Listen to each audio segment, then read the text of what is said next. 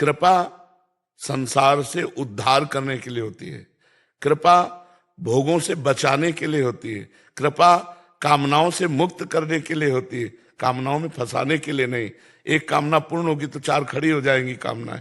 तो हम कृपा का कैसे इसको कैसे कृपा माने? नहीं।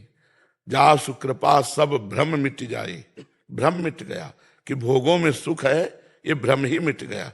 भोगों में जब तक सुखानुभूति होती है तब तक कृपा शब्द का दुरुपयोग हो रहा है। हम कृपा शब्द नहीं कह सकते। भगवान की कृपा से भगवान को जाना जाता है, भगवान की कृपा से भगवान की प्राप्ति की चाह होती है, भगवान की कृपा से नाम जप में रुचि होती है, भगवान की कृपा से मानव जीवन का लक्ष्य पूर्ण होता है, भगवत प्राप्ति। ये तो कृपा समझ में आई। अगर हम गाड़ी घोड़ा रुपया पैसा नौकरी पद प्रतिष्ठा इसे कृपा मानते हैं तो फिर उसको क्या कहोगे आप? लोगों की हृदय में दुख पैदा करते हैं, भय पैदा करते हैं, हिंसा करते हैं और बड़े ऐश्वर्य का भोग कर रहे हैं, तो आप उनको कृपा पात्र बोलोगे क्या? कृपा शब्द का मुझे जैसा लगता है ये दुरुपयोग होगा कि किसी कामना की हमारी पूर्ति हो रही है। कृपा कामना निवृत्ति के लिए है, कृपा संसार से उद्धार के लिए है, कृपा सत्य वस्तु में आसक्त होने के लिए। हम ये कृपा कह सकते हैं कि वहां अंदर कोई कामना नहीं है। हम ये कृपा कह सकते हैं कि हमने कामना की और भगवान ने कृपा करके पूरी नहीं की, क्योंकि उसमें अमंगल हो जाता। प्रारब्ध होता है, पूर्व जन्म का प्रारब्ध, उससे इसकी पूर्ति अपूर्ति की बात होती है। अगर हम कोई अनुष्ठान करते हैं भगवान से कि हमारी ये कामना पूर्ति हो जाए और हो जाती है, तो उस अनुष्ठान रूपी क्रिया का फल मिला, न कि भगवान की कृपा। कृपा तो हेतु की होती है, तुम्हारे करने से नहीं है, वो स्वाभाविक होती है। हमारी भाषा को समझ, किसका प्रश्न है? शायद आप समझ पा रही हो या ना समझ पा रही हो, बच्चा हो अभी तुम। परमार्थ की भाषा है तो अभी और नाम जप करो। नाम जप कर रहे हो? हाँ, नाम जप आगे करो। कृपा शब्द बहुत बड़ी चीज है, कृपा बहुत बड़ी चीज है। भारी से भारी प्रतिकूलता में भी कृपा का अनुभव, भारी से भारी दुख में भी कृपा का अनुभव। तो अगर हम अपनी कामना की पूर्ति को केवल कृपा मान लेंगे तो मुझे लगता है कि कृपा का शब्द का दुरुपयोग होगा, वो सार्थक नहीं माना जाएगा। पर जी कृपा शब्द का फिर तो कोई अंत ही नहीं है। प्रतिकूलता भी कृपा, अनुकूलता भी और कृपा। क्या, और क्या।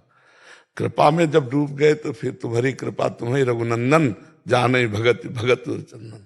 तभी जोई जोई प्यारो करे, और जोई क्या, सोई में जीव जीव राखत होते होते रहियत हो रही, यह है कृपा।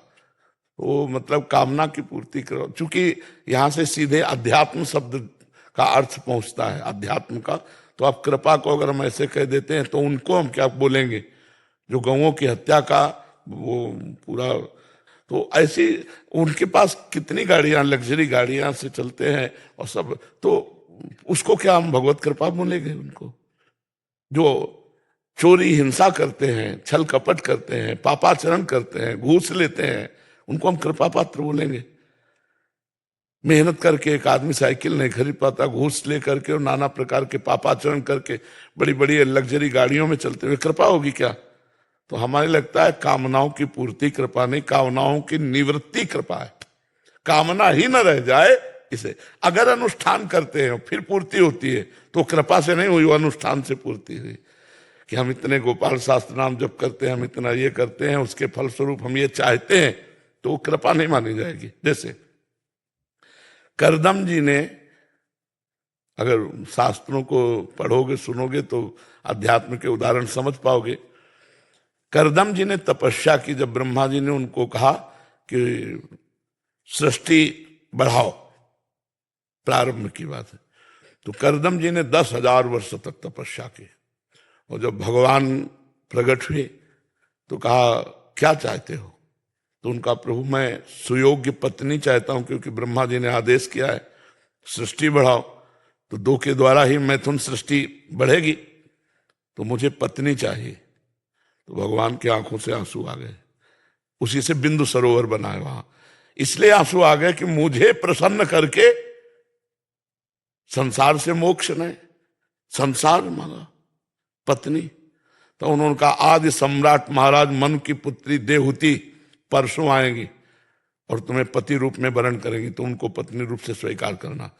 और अब कृपा कर रहे हैं भगवान कि मैं स्वयं तुम्हारे पुत्र रूप में आऊंगा और तुम्हें उपदेश देकर संसार से मुक्त करूंगा। ये कृपा कपिल भगवान के रूप, उन्होंने वरदान नहीं मांगा, वरदान तो केवल पत्नी का मांगा, पर कृपा भगवान ने की और कहा मैं स्वयं पुत्र रूप में आऊंगा। तो कपिल भगवान के रूप में आए और करदम जी को मोक्ष धर्म का उपदेश करके, देहूति जी को उपदेश करके दोनों को परम पद प्रदान किया।